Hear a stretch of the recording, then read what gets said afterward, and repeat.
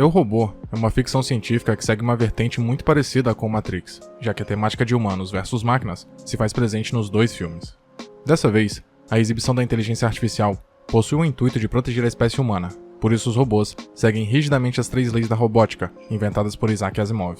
São elas: um robô não pode ferir um humano ou permitir que este sofra algum mal. Os robôs devem obedecer às ordens dos humanos, exceto nos casos em que tais ordens entrem em conflito com a primeira lei. E por último, um robô deve proteger sua própria existência, desde que não entre em conflito com as leis anteriores. Na obra, o ano de 2035 parece incluir esses autômatos como membros da sociedade, uma vez que os vemos exercendo tarefas públicas e privadas, como recolher lixo, e também como assistentes pessoais de cada indivíduo. Produzidas e distribuídas pela US Robotics, no laboratório fundado por Alfred Lanning, essas máquinas são alvo de preconceito por parte do detetive Spooner, o policial encarregado de investigar o suicídio de Lanning. Para o protagonista, a morte do fundador foi gerada por um robô, uma vez que sua parcialidade e opinião sobre eles era negativa, e também porque as circunstâncias do momento em que o personagem morreu se encaixavam com um cenário em que um autômato tivesse cometido o crime, pois na cena em que Spooner procura por pistas, um robô sai escondido do local.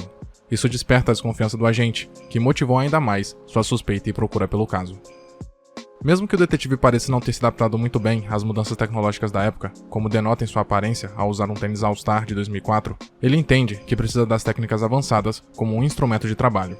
Por outro lado, os meios de transporte, bem como os carros, são movidos à base de direção automática e possuem esferas no lugar das rodas.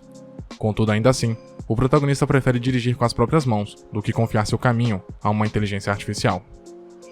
Apesar de muita resistência dos seus companheiros de trabalho e da sociedade como um todo, que aclamam a importância dos robôs, o protagonista se vê submetido a este sistema, porque seu braço foi reconstruído a partir da engenharia robótica após ter sofrido um acidente.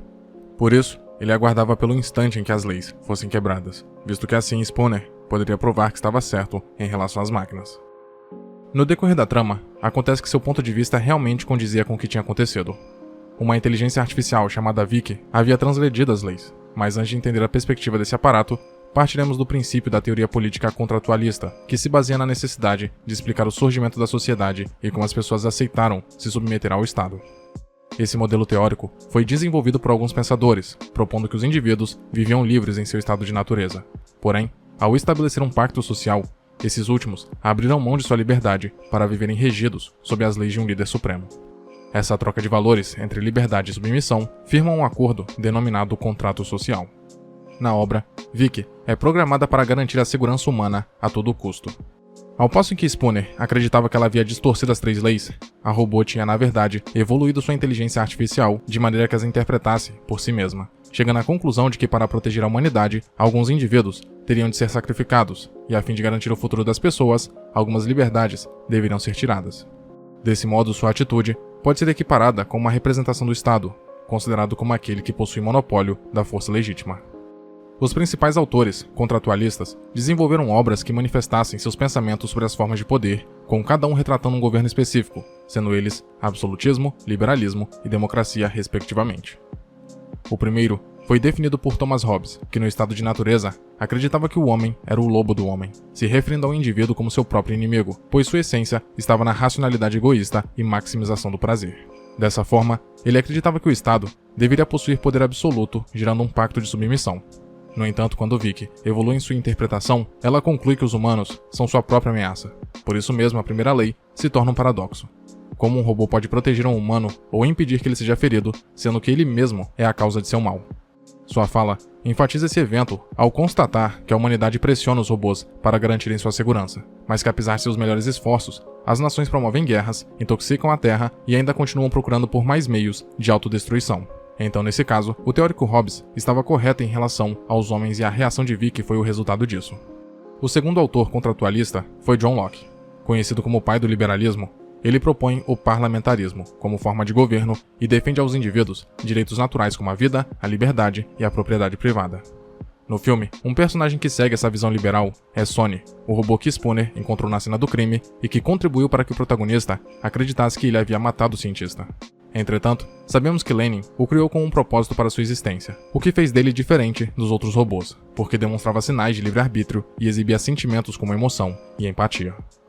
Quando descobrimos que Sonny foi feito para contrariar Vicky e sua revolução, A morte de Lenin fica mais clara, pois ele teve que tirar sua própria vida porque a inteligência artificial o vigiava e ele precisava encontrar uma maneira de transmitir a mensagem de que essas máquinas estavam evoluindo e promovendo uma ameaça à humanidade. Por outro lado, Sonny possuía inteligência emocional e contemplava as consequências éticas de suas atitudes, que são refletidas no final do filme através de uma importante decisão. Essa cena é crucial para a história por causa de uma ação. Ela corrige o erro do julgamento que testemunhamos no começo, aquele em que o robô decide salvar Spooner, apesar de ter sido ordenado a salvar a garota, o que conflita com a segunda lei. Por isso, a escolha de Sonny de salvar a Dra. Calvin carrega tanto impacto, e o fato do detetive ter repetido as mesmas palavras que disse no acidente enfatiza o quanto esse momento é simbólico para a obra e também para os espectadores. Apesar de ter outras opções, Sonny pulou para salvá-la devido à sua habilidade de pensar criticamente e pela moral que prioriza a vida humana, apesar das chances de sobrevivência. O terceiro e último autor contratualista é Rousseau, que acreditava que o homem, no estado natural, era um bom selvagem, sendo determinado por se corromper ao entrar em contato com a sociedade. Essas características, na população da obra cinematográfica, podem pertencer ao restante dos robôs, já que antes da Revolução de Vick, essas criaturas exerciam seus devidos papéis, como trabalhadores públicos ou domésticos. Por mais que o comportamento da inteligência artificial tenha sido considerado antiético, ela estava apenas cumprindo ordens, mesmo que ao pé da letra, e o fato dela não possuir características humanas, como sentimentos e emoções, fez com que ela agisse de forma totalmente racional e calculada. Assim como quando Spooner é salvo por um robô, ele desenvolveu essa intolerância pelos autômatos, porque o instrumento utilizado para sua salvação foi a probabilidade, visto que entre salvar um homem e uma garota de 12 anos, o primeiro obtinha um percentual maior de sobrevivência. E quando se questiona sobre a ética do robô, o protagonista se revolta. Mas a grande questão está em como criar uma inteligência artificial que contempla a ética, sendo que nem os próprios seres humanos estão a considerando.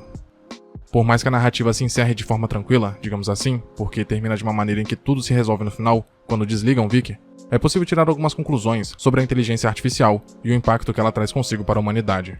Por isso mesmo foi feita a comparação com o sistema de poder e liderança, visto que enquanto achamos que temos controle sobre determinada situação, pode ser que isso não seja totalmente verdade. Sem contar a questão ética, cuja obra propõe a reflexão da substituição de pessoas por inteligência artificial, e como uma de suas consequências, o protagonista menciona o desemprego, o que realmente é um fator que merece mais atenção. Ao utilizar a robótica para substituir empregos manuais, repetitivos, ou até mesmo serviços públicos, como é mostrado no início, pessoas que necessitavam dessas ocupações para sustentar suas famílias e gastos terão que procurar especialização, já que cada vez mais a concorrência será aumentada. Ainda mais em um período em que a tecnologia vem se fazendo presente em grande parte do cotidiano e avançando muito em pouco tempo. Com a massificação das informações e notificações chegando descontroladamente, as pessoas dificilmente param para ler os termos de política e privacidade de algum aplicativo ou site. E isso faz com que aos poucos, sua liberdade e intimidade sejam tomadas. Muito obrigado por ter chegado até aqui.